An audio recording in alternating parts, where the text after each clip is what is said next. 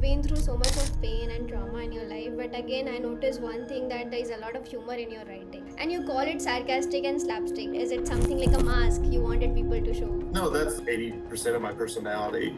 For me, it's like a challenge that I always try to make people laugh and always try to at least bring a smile to their face because there's so much crap going on in the world and so much crap that goes on in people's lives.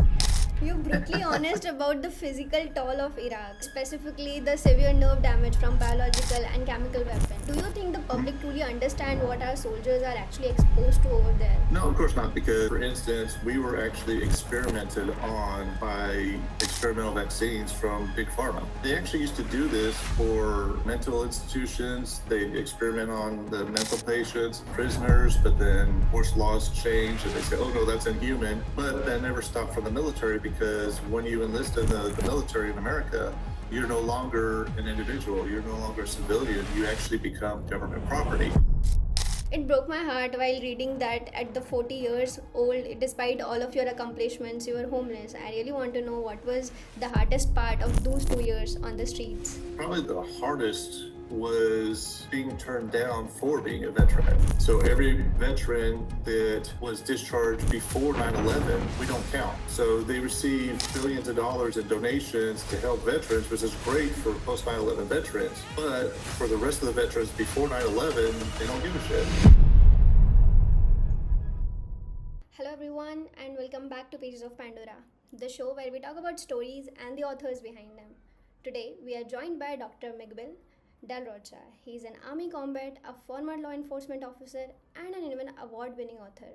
His book, F.A.T.E, which stands for My Future After Traumatic Event, is one of the most raw and gripping autobiographies I've ever read. Today, we will be diving deep into the book with the author himself. Welcome to the podcast, Miguel. Oh, thank you so much, Rita. It's a pleasure to be here, and thank you for having me.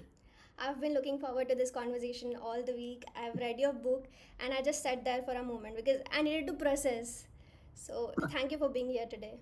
Absolutely. Again, it's an honor, and it's so great to see you. Well, before we dive into specific chapters, I have to say I read the book and it is such an incredibly raw and powerful piece of work.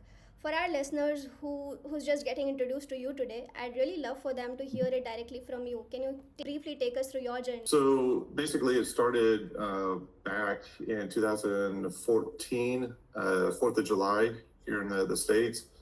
And I pretty much almost became one of the 24-a-day veterans that ends it all. I was tired of all the frustrations, the being in all the pain, not receiving the care that I needed from the VA, as well as battling the VA for 20 plus years just for the benefits that I had earned and deserved from being in the first Iraq War and the injuries that I sustained. I was homeless for 2 years, and I was just, ready to give up on everything. But when I had done that, and that's actually what I open up my autobiography with, is about, and I call it my darkest day because that was like the turning point in my life where I had 3 options available to me for committing suicide, and where I was at in San Diego.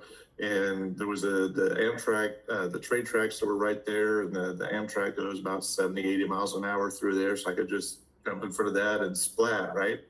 But there was like a 9-foot chain link fence with Constantine wire, barbed wire on the top. So with my knee injury that I had, that I lost my law enforcement career in, with that was not an option. There was a bridge close by, so I went to go look over the bridge, and I was going to jump off of that and splat. Unfortunately, it was only about 20 feet, so the only thing I would have done was broken another leg or an arm or something. And then, of course, they probably would have taken away a straitjacket. So that was not an option. And third, there was a highway, the Pacific Coast Highway, that was close by right there as well. So I walked to the edge of the road, and cars were, doing 70 miles an hour, flat on your windshield, and how that would affect the innocent kids and the innocent mom, that I could not be the one to bring them that kind of trauma.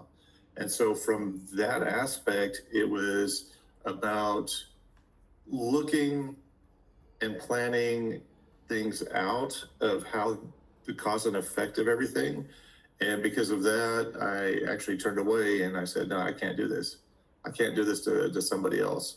So I ended up going back to the shelter I was at, and just curled up into a ball. And next thing I know, I'm waking up the next morning and it's a beautiful, perfect, sunny summer day in San Diego.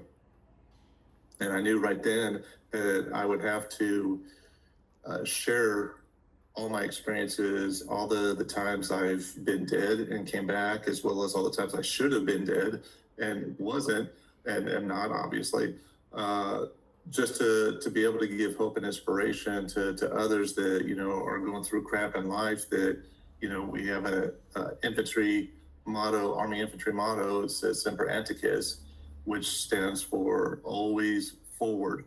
So it doesn't matter what's coming up against you, just one step at a time, just one foot in front of the other, even if it's inch by inch, at least you're making positive progress than you did than the day before. Right, right. Your journey is very inspiring. I was scrolling through your profile and noticed that you mentioned being a high school dropout. But then you earned over 300 college credits and became an army first lieutenant. I mean, how is that happened? Well, yeah, so back in the day, without aging myself, in California, each school district had their own set of standards. So when I transferred after muy abuelita de mi corazón passed away, my dear grandmother, we moved from Northern California back to San Diego, and I was going to have like a total cake year my first year, or my senior year in high school. I was only going to have to take 2 or 3 classes, so I'd only have like half a day, and then I could go party and do whatever I wanted the rest of the day. But when I transferred down, half of my courses didn't count for the school district where we moved to. So I was having to take a full 6 classes, plus they told me I had to take 3 night classes, plus I was doing sports. So it was just like, oh my gosh. So I was doing all that, but then come the fourth quarter, the advisor called me into his office and said, well, all these night courses that you're taking? I said, yeah, the ones you told me to take so I could graduate on time. He's like, well, about that, you're taking too many. We can't allow you to have that many night courses, so you're not going to graduate on time. And I was like, what? I was just like, I'm doing what you told me to do at the beginning of the year. I'm doing everything that I need to do to graduate on time. And now you're telling me I'm not going to graduate on time because it's too many classes, too many courses. And I got pissed off. I was 18 at the time. I said, you know what? I'm not going to drop the F-bomb, but you can imagine. So it's just like, forget you and I'm out of here. So I dropped out. I was 18. I was doing undercover security work, making good money doing that, while enlisted in the Army. So yeah. And then it just went on from there. And by the way, that was the last year you can be a high school dropout without a GED or a high school diploma to enter into the military. But it worked out well. 10 years later, I ended up getting my GED. As you mentioned, I've got over 350, I believe, university credits on top of, honoring or receiving the honor of a doctorate in literature for my autobiography. So it's just amazing to go from a high school dropout to a doctorate of literature. It just blows my mind. Fair. You're brutally honest about the physical toll of Iraq, specifically the severe nerve damage from biological and chemical weapon. So do you think the public truly understand what our soldiers are actually exposed to over there? No, of course not, because the media hides it. So, like for instance, we were actually experimented on by experimental vaccines from Big Pharma, and because when you're in the military, and they actually used to do this for mental institutions. They experiment on the mental patients. They experiment on prisoners, but then, of course, laws change and they say, oh, no, that's inhuman.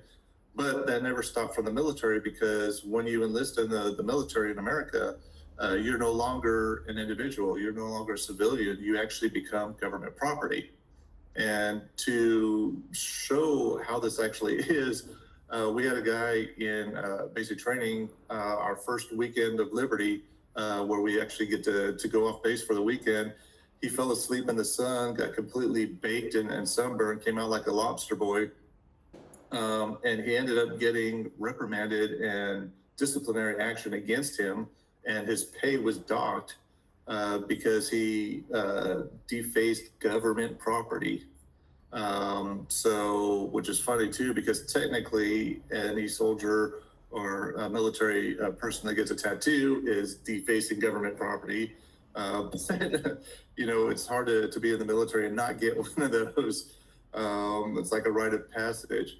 But yeah, technically, that's how they look at us. We're property. That's simple. So we're expendable. We're just treated as equipment and tools, and that's it. So they figured, hey, they without our knowledge, without our permission, they experiment on us with different various vaccines.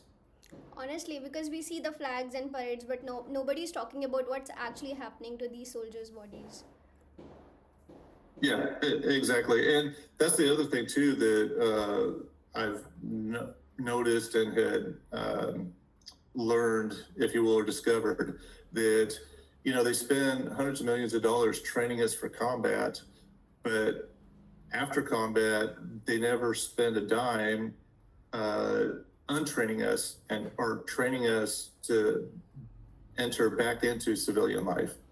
So they got all these hundreds of millions of dollars, government contracts, everything else for combat, for going to war, for doing what we got to do. But then with everything that happens over there, to come back, it's just like, okay, here you go. Thank you for service. Bye-bye. And, and that's it. It's just like, okay, well, how do we readapt to civilian life? How do we get out of that combat mentality where you're constantly on guard 24/7? You have that hyper sense of vigilance, that hyper sense of vigilance, where you're constantly like checking the corners, checking your routes. You're playing things in your head like, okay, if this should happen, I could do this. I've got this exit strategy. I've got that exit strategy. I've got this in front of me or whatever. You're always planning and constantly thinking about different scenarios and stuff like that. Constantly looking at people, saying what kind of person doesn't fit in, as might be a potential threat. Those things, when you're constantly in a combat situation like that, especially for months and months or years at a time, to undo that mentality of combat is, extremely intense. And to just, it's not like a switch on a light that you could just flip off the switch. Like, why can't you just get over it? Why don't you just turn it off? It's like, no, you can't. It's got to be done through progress. It takes steps, and it takes training, and it takes, different ways of processing everything and what we've been through to be able to calm our mind down and retrain the mind back to a civilian state of being. Right, it's difficult. So I want to know, despite knowing this harsh reality, why did you wanted to become combat? Oh my gosh. So I had three dreams as a kid. I always wanted to be G.I. Joe, Yo Joe. And I always wanted to be like a sheriff because I love the Old West. I used to, my dad had a 6-shooter, so I'd always practice with the holster and I like pew, pew, pew, pew, pew, like the old sheriff in the Old West. And I always wanted to be a published author. So I loved writing. And so I was actually able to accomplish all three of those. So that was primarily it. I just wanted to serve my country. I wanted to mostly to help others. And that's why I actually volunteered for the first Iraq War. You know, knowing what the Iraqi soldiers were like, knowing what they did to the Kuwaitis and the women, the children, it was total brutality. And that's why I went over there, was to protect them. Right. It broke my heart while reading that at the 40 years old, despite all of your accomplishments, you were homeless. I really want to know what was the hardest part of those 2 years on the streets. Oh my gosh. Probably the hardest was being turned down for being a veteran. So, you know, there's lots of different programs for veterans out there, for homeless vets, and you know, to help veterans get back on their feet. But most of those are, especially one in particular, the Wounded Warrior Project, is for post 9/11 veterans only. So every veteran that uh, was discharged before 9/11, we don't count. So they receive like billions of dollars in donations to help veterans, which is great for post 9/11 veterans. But for the rest of the veterans before 9/11, they don't give a shit. Pardon my French, but it's I got turned down so many times because of the programs, because you know I look young and everything else, especially for my age.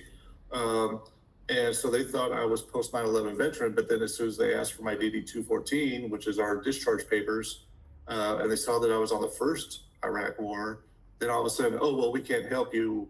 You know, you're on your own basically, and so they, you know, kicked me out the door. So it was just like, and that happened over and over again. So although there's great programs for post 9/11 for those that are pre 9/11 veterans. But why is that Uh, so? there's not. Well, that's just the way that those nonprofit organizations designed. You'll have to ask them why they only help post 9/11 veterans, not pre 9/11 veterans. Okay, that's weird. But yeah, so going back to that, yeah, because actually, when I was homeless was when I had my knee injury in the line of duty in law enforcement, because we worked both in the academy part of the day. The other day we were on shifts, and so it was just something that happened out of the blue. We weren't even doing a run. We were just walking for exercise, just a casual walk, and then all of a sudden I started feeling pain in my knee, and I'm thinking, okay, well, at the time I was going into the academy, I was like 39 years old, so I was almost 40. I'm thinking, okay, well, you know, I'm not 20 something years old, so it's probably just sore muscles from, you know, physical activity from doing all the exercises and everything, workouts that we were doing. So I ignored it, but after several days of the weekend, it wasn't getting any better. The swelling wasn't going down. So then I'm like, okay, this is not just like sore muscles where, you know, I could rub some icy hot on it or something, you know, and it would feel better. So I finally reported it. And of course, they chewed my butt. I was like, why didn't you report it as soon as it happened? It's like, really? You want us to report every little sore ache and pain to HR that happens when, you know, we're in our upper 30s? It's like, no, that's not going to happen. It'd be ridiculous. So, but I did tell them that, you know, well, as soon as I realized it was not just a sore muscle, then, you know, I did report it. So it turns out, yeah, I had some kind of fracture in my knee, and ended up losing my career over it. So they did an orthopedic scope on it, and ends up my knee was worse after doing the orthopedic scope than it was before, and lost everything. Lost my career, lost the house, lost vehicles, lost relationships. And so, yeah, I was going around living out of a vehicle, going from shelter to shelter, all the way from the panhandle of Florida all the way back to San Diego.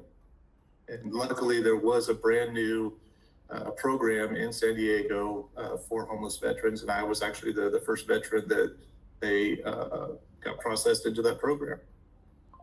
You have been through so much of pain and trauma in your life, but again, I notice one thing, that there is a lot of humor in your writing.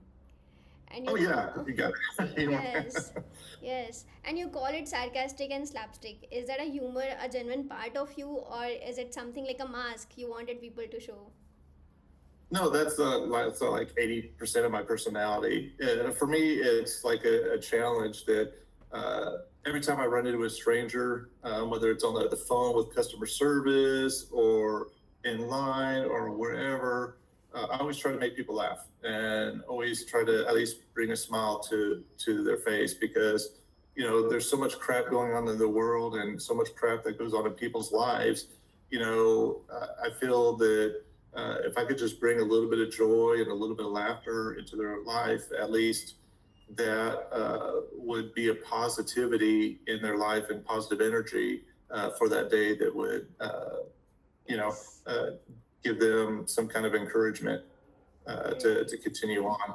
So yeah, that's what I do. And just stupid, I grew up with like Weird Al Yankovic. Love him. He's my favorite artist of all time. Way unrecognized as an artist for what he does. So I grew up with him. I grew up with Mel Brooks, Spaceballs, all that kind of stuff, Monty Python. So all those kind of stories and movies and genres of that era was just, all mixed into one, especially with Robin Williams. Yeah, just all that kind of blending into one is pretty much my personality most of the time. So yeah, and that's how I learned. Is like because you can go through. I mean, you're going to go through crap anyway, right? But how you go through it is up to you to choose. So you can either go through the same crap that you're going to go through anyway and be miserable about it, or you can go through it and suffer about it. You can go through it, just let it beat the crap out of you, just constantly pound you into the ground, or you could go through it with a different mentality and go through it as in like, hey, yeah, it sucks right now. All this crap is happening to me right now, but thank God it's not worse, Right. and appreciate that where you're at, things could be so much worse.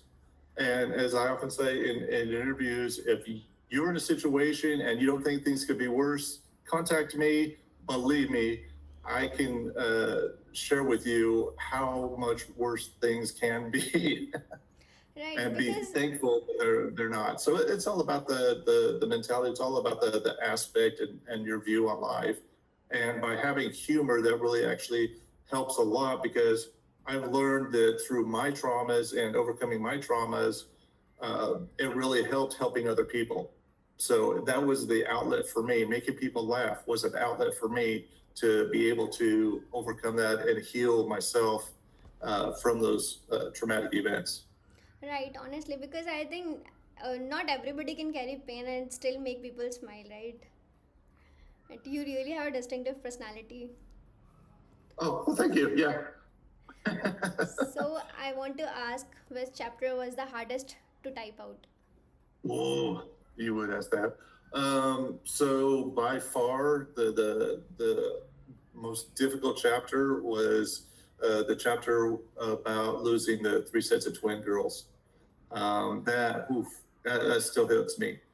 Um, so it took 9 years to actually write this, and this is one thing I want to share with wannabe authors is that if people think that okay, well, I've been through some trauma, maybe no, it took 9 years to write the book. And one thing I want to share with the wannabe authors is that just because you've been through trauma doesn't mean that it's something that somebody wants to hear about. You have to have a message behind it, and you have to think about the impact that you want your reader to experience from reading your autobiography. And on top of that, most authors don't realize, or the wannabe authors don't realize that when you're writing about traumas that you've been through in life, you have to relive that trauma over and over and over again. It's like every time you go to the laptop and every time you start to write, it's reliving that moment every single Exactly. time you go to write. So And wasn't then, that difficult part of yeah, your life? Because you have been a lot of pain already in life, and again you are rewriting those moments. It must have been very tough for you, right? Yeah, so the one chapter that really was the most difficult to me and still hits me hard is the one in title. I love this title. Is All My Exes Do Not Live in Texas. Um, Yes, yes. and but it was the one where and that was brutal for me. Losing a couple sets of, I mean, losing a child to begin with, from miscarriage is, traumatic enough. Um, but losing the first set of twins between 3 and 5 months, and then the second set of twins between 4 and 5 months, and then the third set of twins, we lost the one twin around the third month, but the other twin continued to develop. So I was really cautious about being excited because we were just, expecting it, expecting her to also miscarry. Excuse me for that. But then we hit the 5 month, 5.5, 6 months. Okay, so at 6 months, now I'm starting to get excited. And then we hit 6.5 to 7 months. It's looking good. So now we're preparing. And at 7.5 months, unfortunately, my ex believed she had a mild heart attack, which caused Caitlin to have a heart attack. And then she was made an emergency meeting the next day. And so I wanted to be there. I was going to take off of work, and of course, the company I was working for was very understanding, very helpful. They love their employees. It was a great company to work for, but she did not want me there for whatever reason. And I argued with her for like 20 minutes. Like, no, I'm going. I'm going to take you. I want to be there. I know I can sense something's wrong. I want to be there. And she's like, no, don't take off work. We could use the money, blah, blah, blah. So finally, tried to stop arguing with a pregnant woman, which is usually a good idea. So I just finally gave in. I said, okay, fine, whatever. But yeah, within a couple hours, I got that phone call, and it was brutal. Caitlin had passed away the night before, and so my ex ended up having to birth her and still birth her, and I was so it was brutal because I wasn't there, and of course they took her body, so I never got to hold her. I never got to tell her I loved her, or never got to have that connection with her. And mind you, I would spend a lot of time during the pregnancy just talking to her through my ex's belly, just holding my hand on the belly so that my daughter can feel my presence and know that I'm there, know that I loved her. But yeah, not to be able to see her, and the description of how tall and skinny she was, like me, and her long skinny fingers and toes and everything else. It just it told me I couldn't even go back to work after that at the same place. Not because of the company, but just because there was, they had done the baby shower, had photos, the pregnancy photos and all that stuff that was all there. It was just too traumatizing. So I just couldn't go back.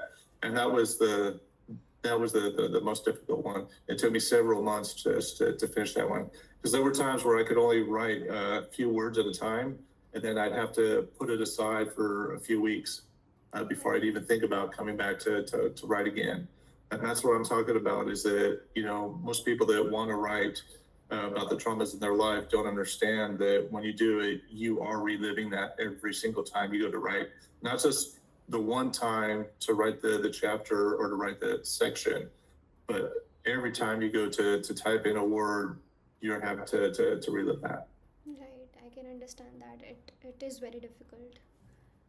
Miguel, you were born dead, you survived cancer 3 times, you fought in a war, Mm-hmm. you lived on streets, you almost took your own life more than once, and somehow you're Yeah. sitting here. Somehow you're sitting here. If fate is real, what do you think yours is trying to tell you? Yeah, that obviously there's a reason I'm here. So, to have been born dead and brought back, as well as to have died surfing in San Diego and just being brought back, not by a lifeguard or anybody else, because I was under the ocean, under.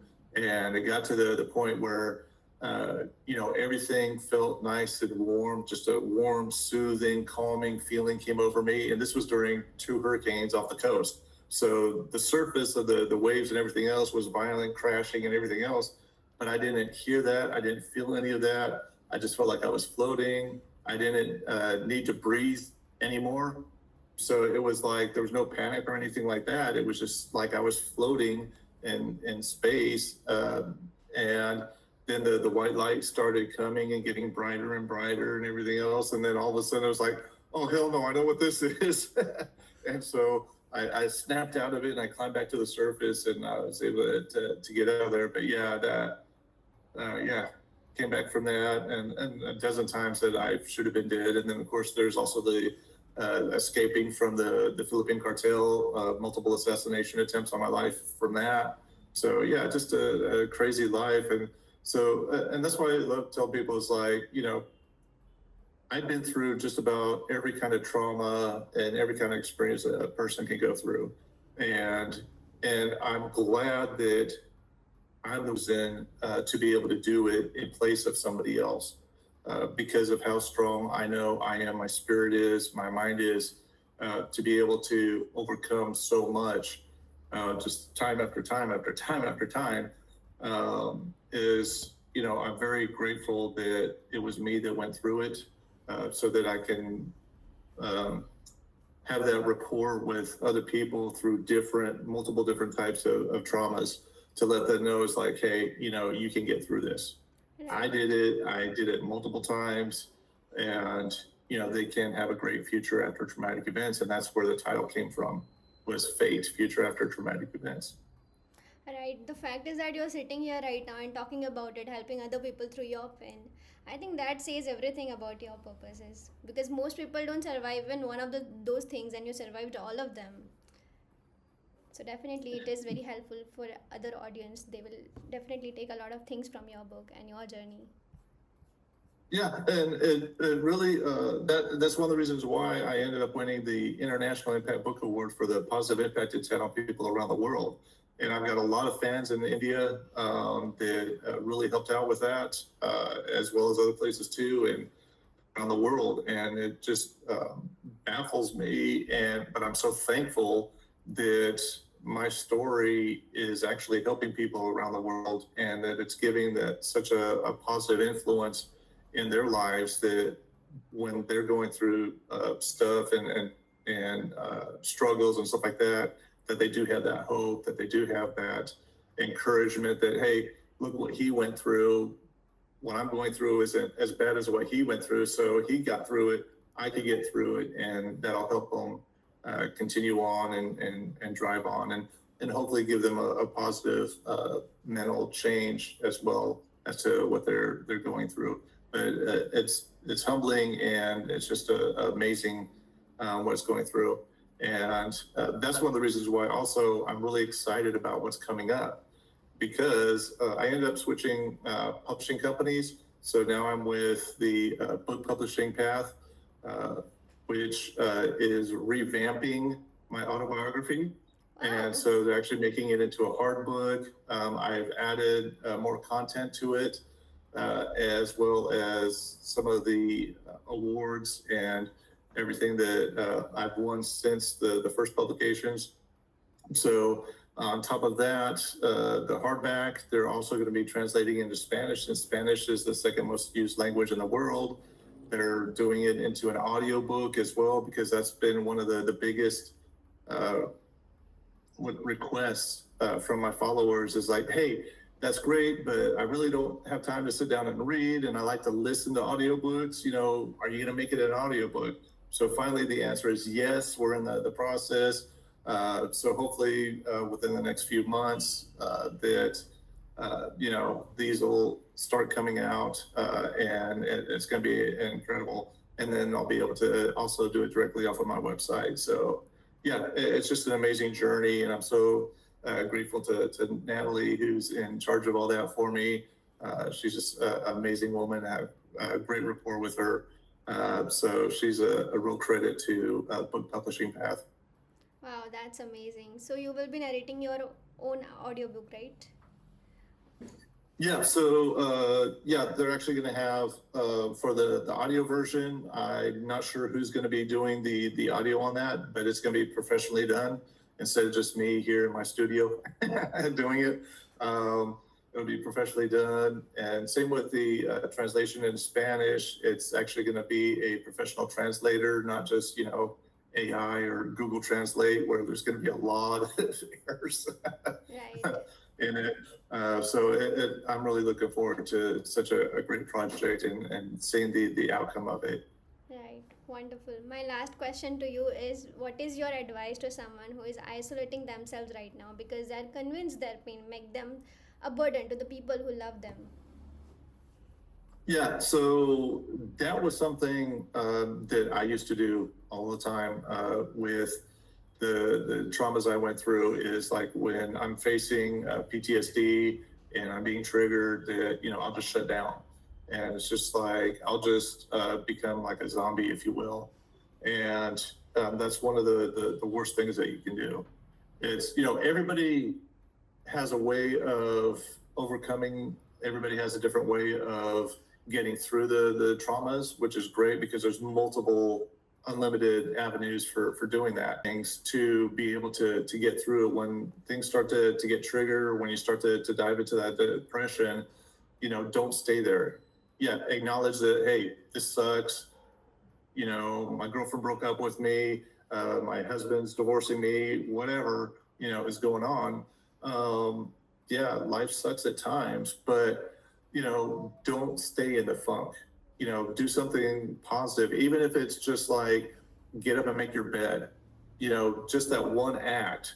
Do something positive each day, and it'll help you get through that.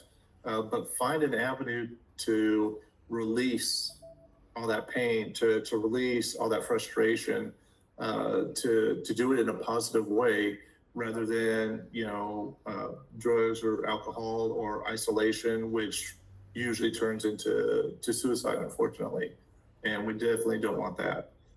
So whether it's like if you love animals, find a petting zoo, or there's a lot of programs, especially for veterans, that help with PTSD with animals and dogs and horses and wolves and just all kinds. There's painting, do something creative. Take that energy, that's all that negative energy that you're going through, and turn it into a positive, turn it into an avenue that, even there were times where, I was so like triggered and pissed off that at things that had happened in the past and everything else, that I wasn't even writing. I just got on the laptop and I was just like, I was just hitting a bunch of keys, so none of it made any sense or anything like that. But I was like getting that aggression and that anger, and it's like, and getting it out and releasing that kind of energy. And then after doing that, then it's like, whoa, oh, I feel better now.